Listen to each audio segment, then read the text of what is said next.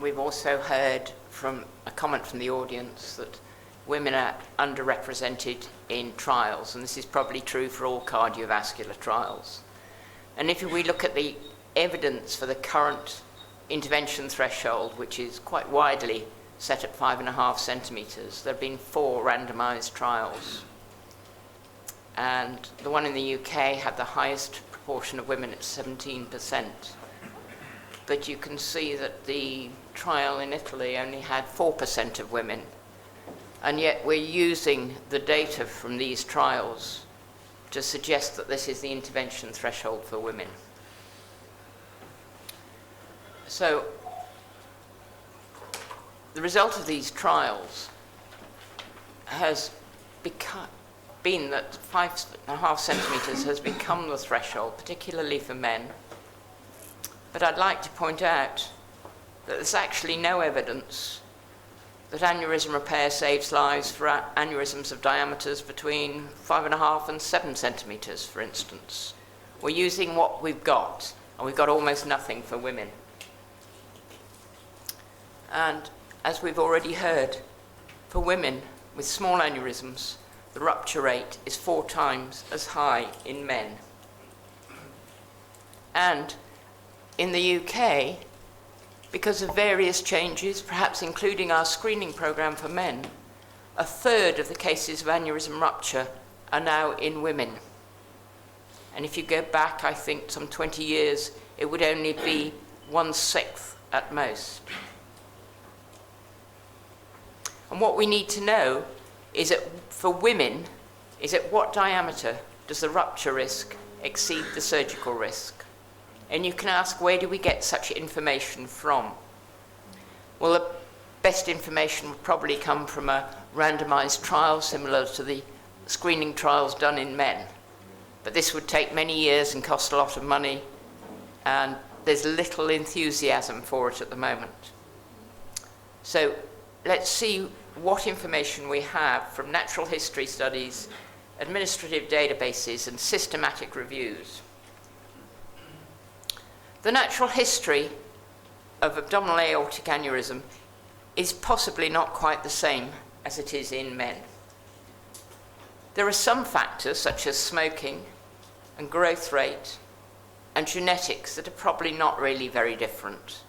And I include the genetics here because we've not really identified any X-linked disorders as being associated with abdominal aortic aneurysm of the conventional kind we commonly see.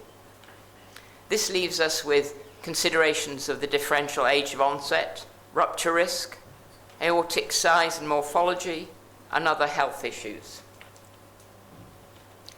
We know that the age of onset of aortic dilation comes later in women than men, and these are data taken from an epidemiological study in Norway. And you can see that in order to cross the 3 centimetre definition of an aneurysm, this occurs much later in women, and fewer of them exceed the threshold. Sorry, these are percentiles of risk given down as 95, 75, 50, etc. The Framingham study has also looked at average aortic diameters right the way down the aorta in men and women, particularly a subgroup over 65 years. And not surprisingly, the diameter of the abdominal aorta is smaller in women than men. Now, if we take the 5.5 centimetre threshold from randomized trials, for men, that's 2.7 times the normal diameter. And if you did that for women, you'd come up with a threshold of just 50 millimetres or 5 centimetres. But we've got no evidence for that, but that's a different on a size for size basis. We know that the aortic morphology is very different in men and women. And these are some data from the IMPROVE trial. And here we're showing the proximal aortic neck length in women versus men. And we're on the vertical axis, we're plotting density, the proportion of women. And you can see that the proportion of women coming in with almost no neck length is very high, and very different than the distribution of men. Women also tend to have much more angulated necks than men. We also know that the gap in some sort of health inequalities has narrowed. Smoking, it's narrowed in the wrong direction.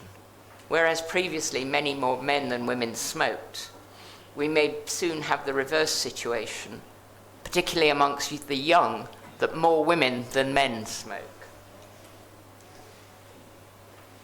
There are other health issues as well with respect to women with small aneurysms. We've conducted a 3-center study which suggests that 30 to 35% of all the women on their surveillance programs are not considered fit enough for any type of repair, for endovascular repair, under local anesthesia or anything. The other thing that we know across the board, across Europe, is that cardiovascular risk prevention tends to be worse in women than men, and fewer women are on statins and taking aspirin, etc. We also know from systematic reviews that surgical risk is much higher in women. And most reviews quote the fact that for either open repair or for endovascular repair, 30-day mortality is twice as high in women as men. But the evidence is weak. None of these studies included in these reviews included more than 60 women. So we really don't have any evidence to know in women at what diameter the rupture risk exceeds the surgical risk. And again, we've been invited to undertake a study, this time to see whether we should screen women for abdominal aortic aneurysm. Would it be cost effective? If so, at what age? And because they want something quick and cheap, they want us to do a modeling study and not a randomized trial. So modeling the diameter threshold in women is quite complicated, and much of this information is missing, and if any of you have got some information to contribute, we would really value it. And we have to balance here the fact that in women, their fitness and cardiovascular fitness tends to be worse than in men, their operative mortality is worse than in men, versus their higher risk of rupture. And this just gives you a list of some of the many data that we will need for a modeling study to be able to do this.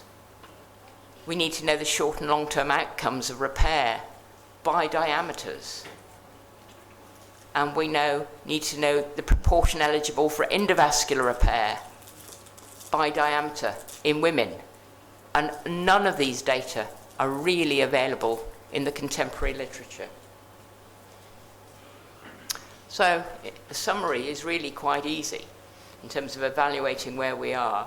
There's almost a complete absence of evidence concerning the intervention threshold in women. Thank you very much.